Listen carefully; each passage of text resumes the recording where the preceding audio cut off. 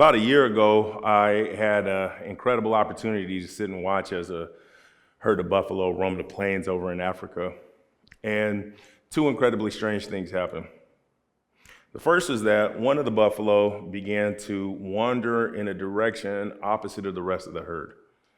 And I'm sitting there holding my breath because I can see this buffalo wandering directly toward a pride of lions. And eventually that buffalo wanders close enough to where the lions pounce. They wrestle this buffalo to the ground, and my view was so good that I could see this lion with his teeth sunken into this buffalo's neck. I pretty much figured it was over. For about 10 or 15 seconds, this buffalo lied there limp and lifeless. And that's when the second incredibly strange thing happened. For some reason, the buffalo decided to struggle back with these lions.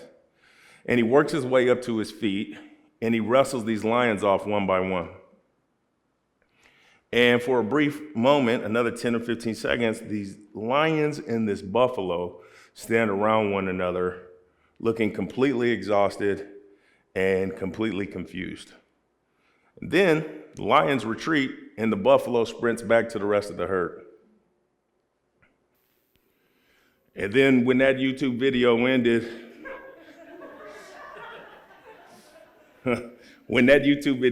I went downstairs to fix myself a snack. So obviously I wasn't in Africa. I was up in my bedroom watching on my phone. But despite not being there, watching this buffalo struggle for its life and watching him win really captured my thoughts that evening. I couldn't help but think what it was going through this buffalo's mind when he had these lions laying on top of him. And then I started thinking about myself. What would I do if I found myself in a similar predicament? And then I started thinking about my 3-year-old daughter and my 10-month-old son and my wife and my brother, my family and friends. And the thing I couldn't shake was that unlike this buffalo, us humans are so deeply fixated on this concept of fairness. We insist that things be fair. We demand that things be fair. For us, things just have to be fair, otherwise our lives don't work out the way we think they're supposed to. I'm not so sure that we actually know what fairness really is. So I typed fairness into a Google search, and here's what came up. Impartial and just treatment or behavior without favoritism or discrimination. Now that second one, that is a whole other TED Talk in and of itself. I'm not gonna go there. But that first one, for me, what that boils down to is this.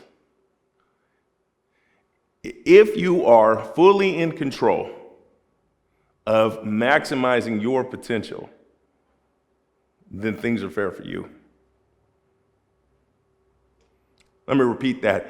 If you are fully in control of maximizing your potential, then things are fair for you. Not getting a loan because of the color of your skin, or getting paid less because of your gender, these are things that are really, truly unfair, okay? And because we don't have any control over them. And these are the types of things that have to be eradicated by society at large. They have to be. But hard times and difficult circumstances, those things don't necessarily implicate fairness. And how could they? No matter where you go, no matter where you look in your life, someone's always going to have it better than you.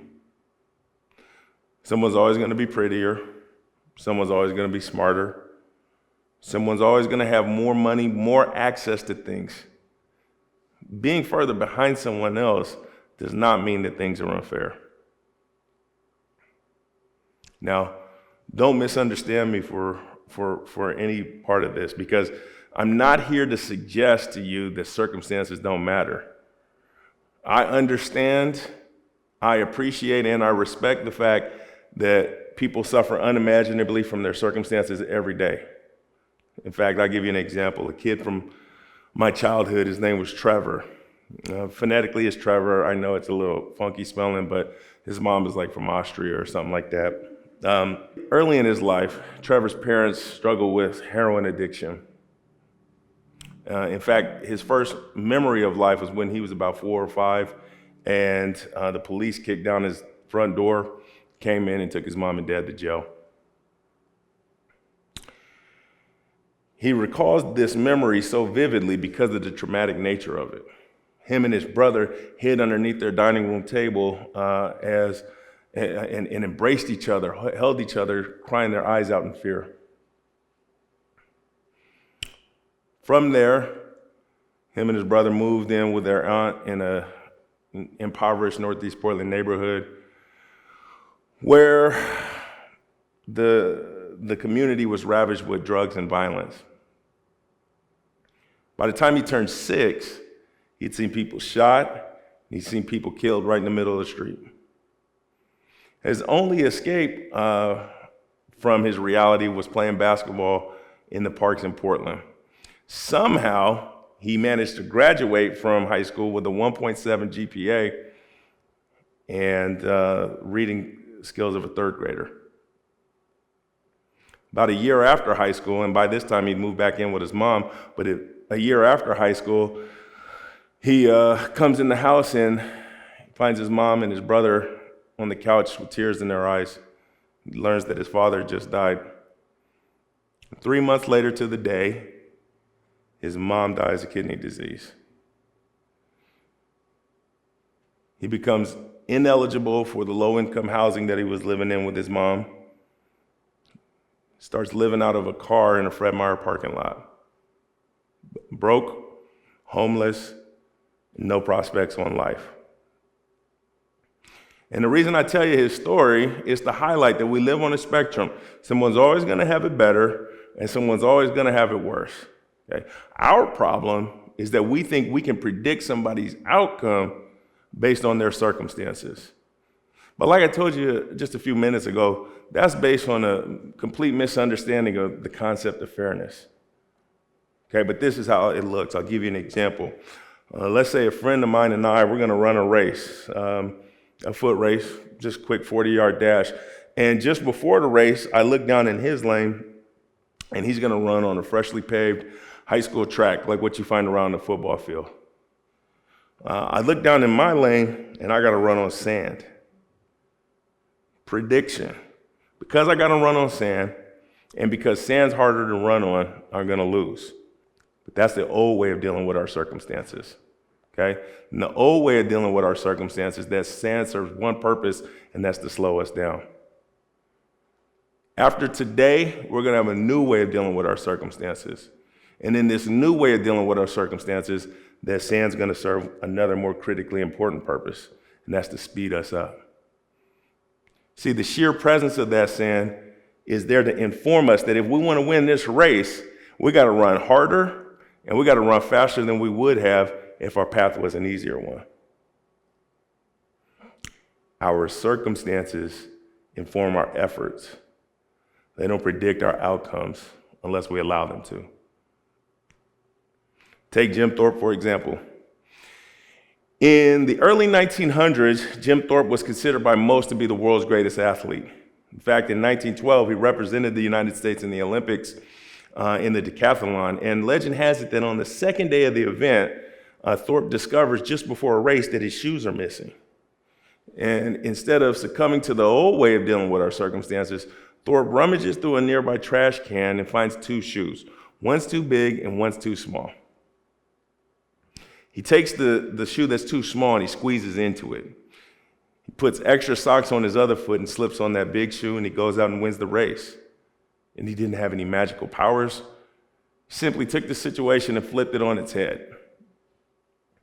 He allowed his circumstances to inform his efforts, not predict his outcome. Or take Haben Girma, a young black female, first-generation American, born into an economically depressed city Oh, and by the way, she can't see and she can't hear. Nevertheless, Hobbin somehow manages to graduate from high school. Then she attends Lewis and Clark College up in Portland, where she first advocates for disability rights, and second, graduates magna cum laude. From there, Hobbin becomes the first deafblind to attend Harvard Law School, where she graduated in 2013. Today, she's a disability rights attorney in Berkeley, California. And by the way, when she was 15 years old, Hobbin flew to Africa to help build schools for poor children. I'm not entirely sure what else proof we need that our circumstances inform our efforts. They don't predict our outcome unless we allow them to. Before I get out of here, I want to share with you another more important part of this. In 1871, Lewis Carroll wrote Through the Looking Glass. And from that book, we get the concept of the Red Queen's race. And if you're not familiar with the Red Queen's race, it happens fairly early in the book.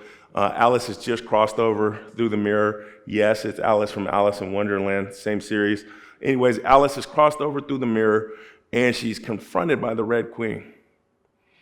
And after a brief conversation, the Red Queen grabs Alice by the hand, and the two take off running. And they're running as fast as they possibly can, and eventually they come to an abrupt stop. And in the process of catching her breath, Alice realizes that they're standing in the very spot they were when they started running. So she brings this to the Red Queen's attention, and the Red Queen remarks, "Here, it takes all the running you can do to stay in the same spot. If you want to get anywhere, you got to run at least twice as fast as that." Because we're so fixated on the concept of fairness, we tend to find ourselves running the Red Queen's race. We expend every ounce of energy that we have on something that's not going to take us anywhere. We highlight and we complain about our circumstances when we could and we should be embracing our circumstances, understanding that they inform our efforts. They don't predict our outcomes unless we allow them to. You all remember Trevor, who I just told you about a few minutes ago? Well, turns out the reason I had trouble reading when I was a young man is because I have dyslexia. If you take those letters and you turn them around, you get me. About a year after my mom died, my life was spiraling out of control. I was broke, I was homeless, and I didn't have any prospects on life. Like I said earlier, the only escape from this reality was playing basketball in the parks in Northeast Portland.